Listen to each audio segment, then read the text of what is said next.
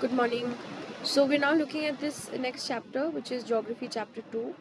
And before we start, first thing, I want everybody already to just look at this image given on page 9, this map, right? Look at this map carefully, and just go through various aspects of it. Uh, Look at it in some detail, right? Because we'll keep coming back to this again and again.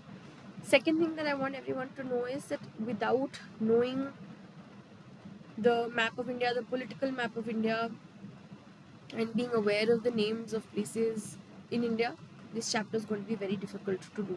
Okay, so just before you even start, make sure that that's something you're aware of. Okay, and it's not that you should not be aware of. We've already done that in the previous chapter.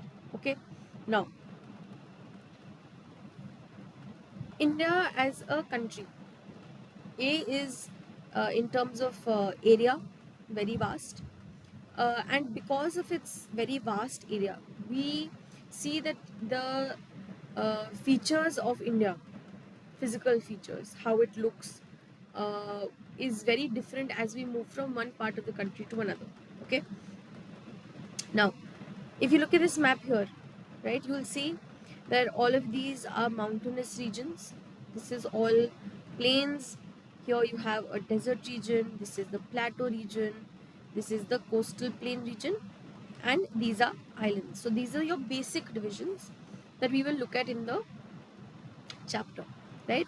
But the three main portions that comprises India is comprised of. First, we have the Himalayas, which are one of the most recent landforms. Now, what do we mean by that? If you look at the history of India as India was created, the not the country, not the nation as a whole, but the actual land mass of India. I want everyone, I think maybe you might have done it already in your previous class. You would have probably studied about it in junior classes where we learned about that there was a supercontinent, Pangaea, and there was another part of it called the Gondwana land. I don't know if you remember this, right? But basically, what happens is that when you know how mountains are formed, correct? So when two tectonic plates they meet each other, the process of mountain formation takes place very often. So the Himalayas were formed when the Indian landmass, what is today India, basically that tectonic plate struck the Eurasian tectonic plate, and that led to the creation of the Himalayas. And this happened relatively recently. Now, relative to what? For example, relative to the formation of the Peninsular Plateau. Right, the Peninsular Plateau was already formed much before the Himalayas were formed, and therefore it is geologically unstable. That means it's still moving. You'll keep hearing Himalayas are still growing a few inches and few centimeters, right? And this entire region of the Himalayas, it has deep valleys and it has very fast flowing rivers, which we all know. We have all heard of them. Maybe we visited some of the places in the Himalayan region as well. And the second big part is the northern plains. So this here is also one of the most recent landforms that have been created with the Himalayas, and mostly all of this is made up of alluvial deposits. Now, what is alluvial deposits? We'll get to in a little bit. And lastly, then you have your peninsular plateau. So once again, what is a peninsula? When a landform is is surrounded on three sides by water. So therefore, this is the peninsular plateau. And what is a plateau? A plateau is where um, you have a slight slope going upwards, and then the top area is generally a little flat, right? It's not as steep or as pointed as a mountain. So this is one of the ancient land masses, and mainly it is composed of igneous and metamorphic rocks. These are types of rocks. Igneous rocks are those that are formed by lava, volcanic lava when it cools. So that's igneous rocks. Metamorphic rocks is another type of rock, sedimentary rocks. So when igneous and sedimentary rocks meet, they together make up metamorphic rocks. And they have gently rising hills, yani ki they're not as steep as mountains, and wide valleys. Okay. So for example, as compared to the Himalayas, which has deep valleys, the plateau has wide valleys. any time that we want to understand anything about India's physical features, always, I'm repeating myself, keep the map in mind. Okay? Now, first, again, I'm going to pause. Please note these down in your textbook itself. And I request the teacher in class to also just pause here once.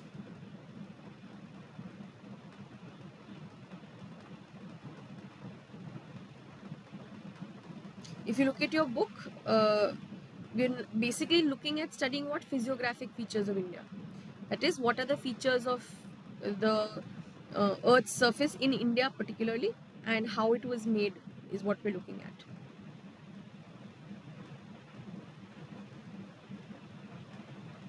Right. Now, um, the first, or the first, just a small overview of what are the features that we're looking at. So, we have the Himalayan mountains, we have the northern plains, we have the peninsular plateau. Apart from these three, we also have the desert, the Indian desert, the coastal plains, and we'll discuss what are the coastal plains and how are they different from the northern plains. And then we have the two island groups in India. First, what we're looking at is the Himalayan mountains. Now, this is an image I'm sure is very um, everyone knows. Every anytime you look at mountains like this, the first word that probably comes to your mind is Himalayas, right?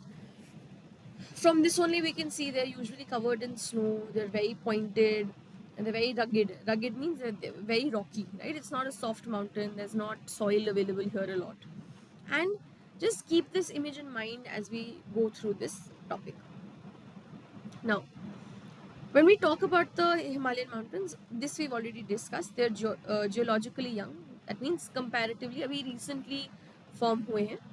Do not compare this to your human age. And when we talk about geological ages, we're talking about the Earth's age, and obviously that age is much, much, much, much, much older than ours. Okay, so geologically young, and they're fold mountains. So that is how one of the processes by which mountains are created. When we talk about the location, we're saying from the east to the west, these mountains go from the Indus River to the Brahmaputra River. So I want everyone to keep looking at the map in their textbook, the one on page 9, so that you can mark these references to what we're talking about. And once it reaches the east, right, the mountain basically bends sharply south, and we'll understand what that means, and forms what is called the Purvachal range. Now, this entire area that it covers is roughly 2,400 kilometers, and in terms of width, basically how wide are the mountain ranges.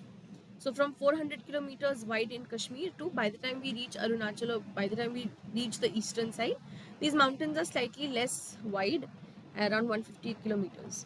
Now, these mountains, for ease of our study and also to classify them based on their features, because there are certain differences in their features, we've divided them in two ways. One is longitudinal, and one is direction wise on the basis of the river valleys that fall. Now, let's first look at the longitudinal division. Now, what are we basically saying? There are three main divisions. Firstly, we have the Great or Inner Himalayas, which are also called the Himadris. Okay? Then we have the Lesser Himalayas, also called the Himachal. And then we have the Shivaliks. Okay? Now, in terms of what are the differences, again, look at the map in your textbook as we are looking at this. From the northernmost, right at the top, we have the Himadris. Uske niche you have the Himachals, and uske aur niche you have the Shivaliks. And the Himadris have the highest mountains of the all the Himalayan mountains, जो भी हमारे famous जिनको हम जानते हैं easily, Mount Everest, Kanchenjunga, all of these are part of the Himadris. Average height of the mountains here is around 6,000 meters, whereas by the time you come down to the Himachal mountains, they slightly reduce in height from 3,700 to 4,500 kilometers. Uh, in terms of width, these mountain ranges are somewhere around 50 kilometers. And some of the most famous ranges that fall within this lesser Himalayan region or the Himachal region are your Pir Panjal, the Dhauladhar, and the Mahabharat. Look at your map, all of this is given there. When we talk about the Shivaliks the height reduces even further. So these are the tallest, then the Himachal, and then the Shivalik. So at 900 to 1100 meters only, that's the height of these mountains, and the width is 10 to 50 kilometers. In terms of composition, what are these mountains made of? Granite. I hope everyone understands what granite is, right? You will see it in lots of homes. Granite is often used to make tabletops or stuff like that, or granite flooring. So the Himadris are composed of granite. The Himachals are composed of highly compressed and altered rocks. Basically, a bunch of different rocks, they've been compressed, they've been really pushed hard and pressed against each other, and they've created different rocks. Basically, lots of pressure has been put on these rocks. And then the Shivaliks are composed of unconsolidated sediments. Unconsolidated means abhi tak alag alag hai, jode nahi hai. So these are not like proper stones. Sediments is what the rivers bring down. Whatever stones, soil, all of that the rivers bring down, that is your sediments. And these Shivaliks are covered with gravel. Gravel you would have seen on the road. Gravel, chote patthar hote hain, and alluvium. Other features, if you look at it, the Himadris, they're always covered with snow, simply because the altitude is very high, and it is home to a large number of glaciers. Glaciers are basically slow, very slow moving rivers of ice, जिससे जब glacier का water melt होता है, उससे फिर हमारी reverse में पानी आता है. सो जो भी हमारी इंडिया की जो बहुत सारी रिवर्स हैं, especially for example Ganga, Yamuna, all of these come from these glaciers in this region. Gangotri, for example, is the glacier जिससे Ganga flows. Then when we look at the Himachal, uh, lots of so Himachal Pradesh, for example, the state falls in this region, and we know for a fact lots of hill stations are here. We've all heard of these places, and the valleys here scenically beautiful. The weather is nice. So you have the Kashmir Valley, the Kangra and the Kullu valleys. All of these are here. Then we have the Shivaliks, and when we talk about the Shivaliks, these are even further down. So यहाँ पर भी the weather is generally nice, and again, so Dehradun, for example, is a very famous place that falls in this region. Dehradun, Kotli Doon, Patli Doon, these are all places that fall here, which are usually relatively famous that we know of. Again, so in your map, if you look, you will see this parallel. They run parallel to each other. So you have the Great Himalayas, which is the Himadri. Then you have the lesser Himalayas, which is the Himachal, and then we have the Shivaliks. Now, let us look at another different type of division that is made, which is from west to east.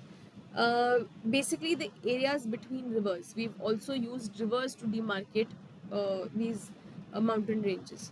So between, again, keep your eyes on the map in your textbook. All of this is given there. So between the Indus and the Satluj River, this region is called the Punjab Himalayas, or the Kashmir Himalayas, or the Himachal Himalayas. Between Satluj River and Kali River, it's called the Kumaon Himalayas. Between Kali and Teesta River, it's called the Nepal Himalayas. And between the Teesta and Dihang rivers, it's called the Assam Himalayas. So you will see Indus and Satluj, Satluj and Kali, Kali and Teesta, Teesta and Dihang. Basically, the regions between these rivers have been marked as other parts of the Himalayas. So again, you'll see the map here, right? Match this to what is given in your textbook where the maps are rivers are marked. So Punjab Himalayas, Kumaon Himalayas, Nepal Himalayas, and Assam Himalayas. Okay. Now, once it reaches this region, the Dihang River, the Himalayas just sharply bend southwards, right?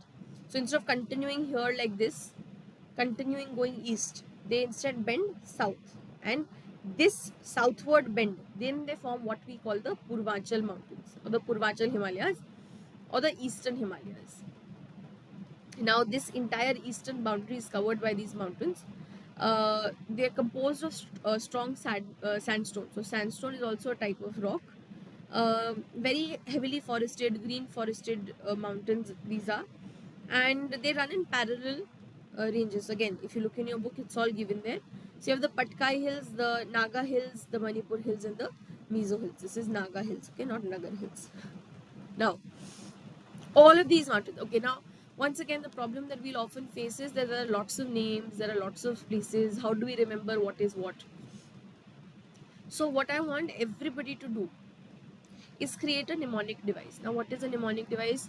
बचपन में क्या है ना, my very educated mother just sent us 9 pizzas, right? Which is basically a way to remember the solar system, the planets of the solar system, and the order in which they come. So these are just sample mnemonic devices that I've come up with, which is basically to remember the order of the Himalayas. So these are just samples. I want everybody, when you're making these notes for this topic, I want you to sit and make similar mnemonic devices which you think you will remember easily. These are just samples. You don't have to use these. You can if you want to, but you can make yours as well. So these will help you remember the order. So for example, him, a handsome soldier. So him is for the Himadris, handsome से Himachal, and soldier starting from S you have the Shivaliks. Punjab का नया अंदाज, तो पंजाब हिमालयाज, का से कुमाऊं हिमालयाज, नया से Nepal Himalayas, and अंदाज से Assam Himalayas. So I want everybody to do this, and then after this I want everybody to, since it's going to be fresh in your minds right now, make notes of this particular Himalayan mountains topic right now in your notebook. ठीक है? The divisions as you can use as I've given in this presentation. Okay? So just make the notes now. Thank you.